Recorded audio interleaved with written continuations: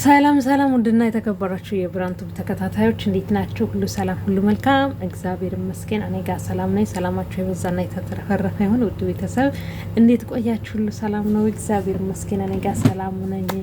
እንግዲህ ተጠፋፍተናል ማለት ነው። ያው እንደምታወቀው ረመዳን ወር ላይ ነን። ረመዳን ወር ደግሞ ስራ ትንሽ ቢዚ ያደርጋል። ከዛ አንጻር ነው እንግዲህ ዛሬም ያው እንደ መልእክት የሚሆነኝን አንድ ሀሳብ ነው ማውርቼ መውጣት የምፈልገው።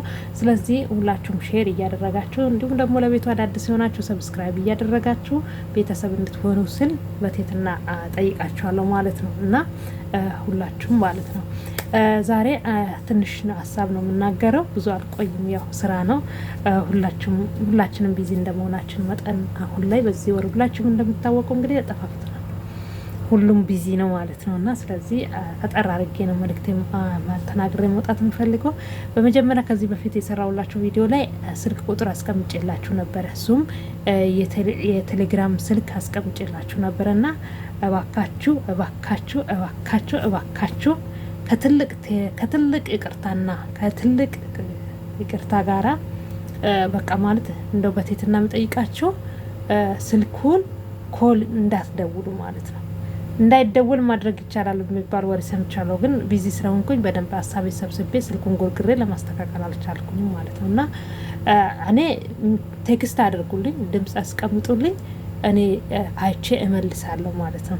የተለያየ የኩዌትን መረጃ ለምትጠይቁኝ ለእናንተ ማለት ነው። ስለዚህ ለእናንተ ምንድነው እመልሳለሁኝ ሪከርድና እንዲሁም ደግሞ ቴክስት አድርጉልኝ፣ አይቼ እመልሳለሁ።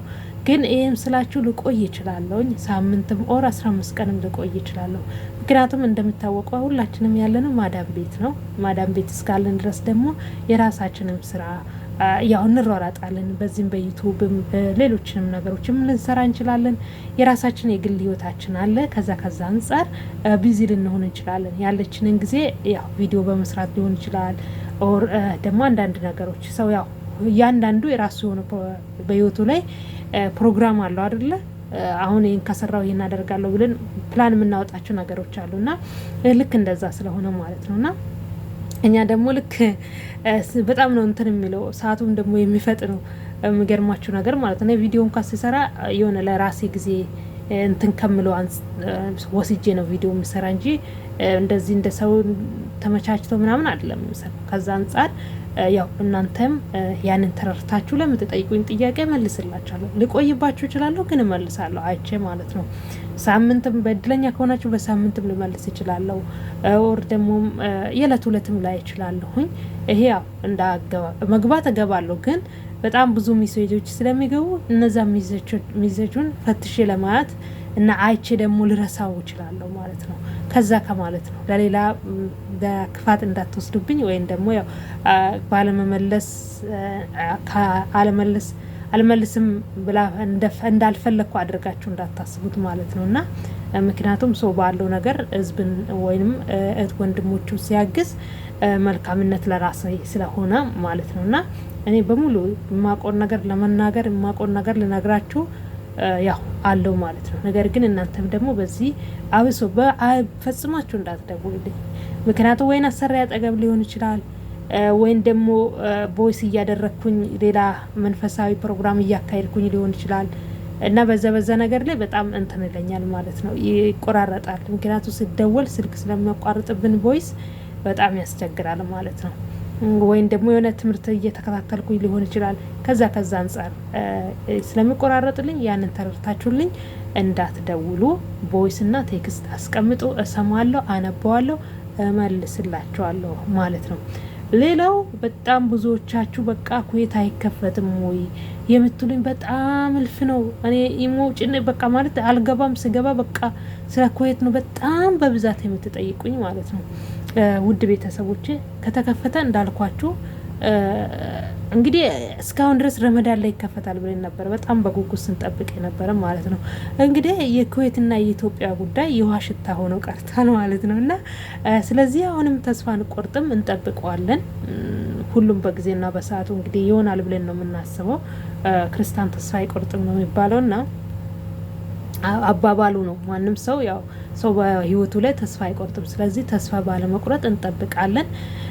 እንግዲህ እንዳልኳችሁ ደግሞ ሌላ ሀገር መሞከር የቸኮላችሁ ሰዎችም ሌላ ሀገር መሞከር የምትፈልጉ ካላችሁ መሞከር ነው። ከዛ ውጭ ግን ለምን አልተከፈተም ችግሩ ምንድነው ለምትለው እኛም ራሳችን ችግሩ አልገባንም፣ እውነት ለመናገር ማለት ነው።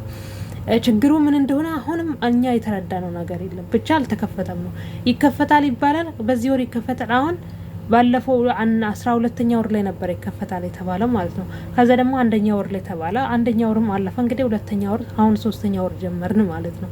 ስለዚህ አሁን ላይ በዚህን ሰዓት ይከፈታል ብለን ቁርጥ አድርገን የምንናገረው ነገር የለም፣ ተጀመረ ሲባል ብቻ ካልሆነ በስተቀረ ማለት ነው።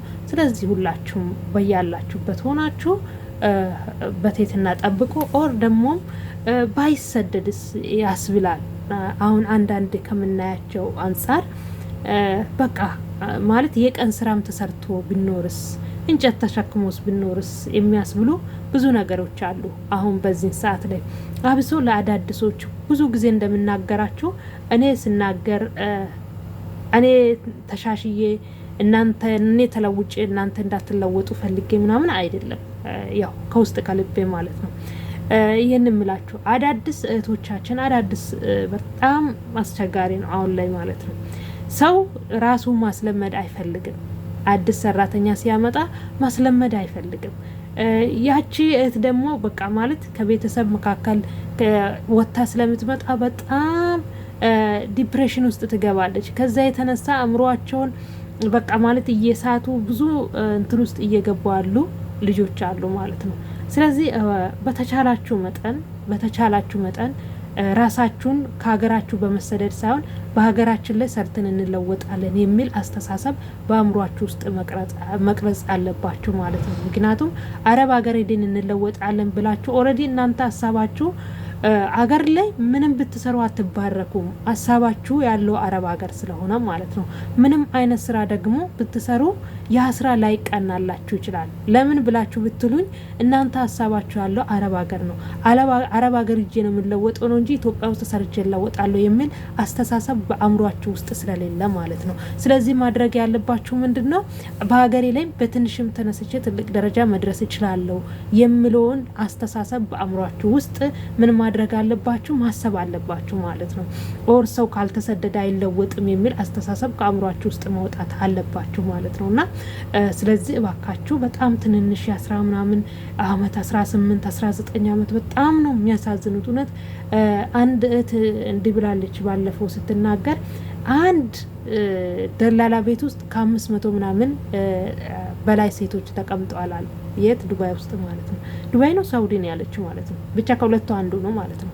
አያችሁ እናንተ መተን ሰርተን እንለወጣለን ብላችሁ በመጣችሁበትም እንዲህ አይነት መቀመጦችም አሉ። ስትቀመጡ ደግሞ የሌለ ዲፕሬሽን ውስጥ ትገባላችሁ፣ ድብርት ውስጥ ትገባላችሁ፣ ራሳችሁን ትጠላላችሁ። ለምን ያንን ቀን ለምን ይሄንን ወደዚህ መምጣትን አሰብኩ በማለት ራሳችሁን በጸጸት ምን ትላላችሁ? በጸጸት ራሳችሁን ትወቅሳላችሁ ማለት ነው። ስለዚህ ሆኖ ከመጸጸታችሁ በፊት ሀገራችሁ ላይ ያላችሁ በደንብ አድርጋችሁ ደጋግማችሁ አስቡበት። የምትማሩ በትምህርታችሁ ውጤታማ እንሆናለን ብላችሁ ማሰብ አለባችሁ። የያዛችሁት ትንሿን ስራን ደግሞ ሰርቼ እለወጣለሁ የምትሉበትን አእምሯችሁ ውስጥ ማሰብ አለባችሁ። በቃ እኔ ካልርኩኝ ምን አልልም አልሻሻልም የተሻለ ደረጃ ላይ አልደርስም ብላችሁ አእምሯችሁን ማሳመን የለባችሁ ማለት ነው። እንደዛ ከሆነ ግን ኦልሬዲ ምንም ብትሰሩ እንዳልኳቸው ሀገራችሁ ላይ ለውጥን አታመጡ ማለት ነው። ግን ሰው እለወጣለሁ ብሎ በቁርጠኝነት ከተነሳ ይለወጣል። እኔ ይህንን አምናለሁ ማለት ነው። እና ስለዚህ ያንን እንድታደርጉ ያው አሁንም በትህትና እጠይቃችኋለሁ። እስካሁን ድረስ እንግዲህ ያለ ነገር ምንም ነገር የለም፣ አልተከፈተም። ስለዚህ እንግዲህ እኛም በጉጉት እየጠበቅን ነው ማለት ነው። እግዚአብሔር ብቻ እንግዲህ ለሀገራችንም ሰላም፣ ፍቅር፣ አንድነትን ያምጣለን። ህዝቡ እንደፈለገ ተንቀሳቅሶ ሰርቶ ራሱን ማስተዳደር የሚችልበት መንገድ እግዚአብሔር ያበጃጅልን። ሁላችንም እንግዲህ ሙስሊሞችን በዱዓችሁ፣ ክርስቲያኖችን በጸሎታችሁ ሀገራችንም እኛንም ስደተኞችንም በማሰብ ያው ጸሎት ሁሉም አሁን የጸሎት ጊዜ ስለሆነ ማለት ነው። ረመዳንም ላይ ነው፣ እንደገና ክርስቲያኖችም ጾም እየገባ ነው። ድርብ ነው እንግዲህ ያው ይሄ በዓል ወይንም ደግሞ ይሄ ወር። ስለዚህ ስለዚህ ሁላችንም በጸሎት በያለንበት ሆነን በጸሎት ወደ ፈጣሪያችን መቅረብ አለብን ብዬ ነው የማስበውና በጣም ነው የምወዳችሁ። እችኑ አጠራልች መልእክት ለማስተላለፍ ነው የመጣሁትና ውድ ቤተሰብ እንዳልኳችሁ ቮይስ አድርጉልኝ እመልሳለሁ ማለት ነው። እወዳችኋለሁ። በያላችሁበት የእግዚአብሔር ሰላምታ ይብዛላችሁ። መልካም ጊዜ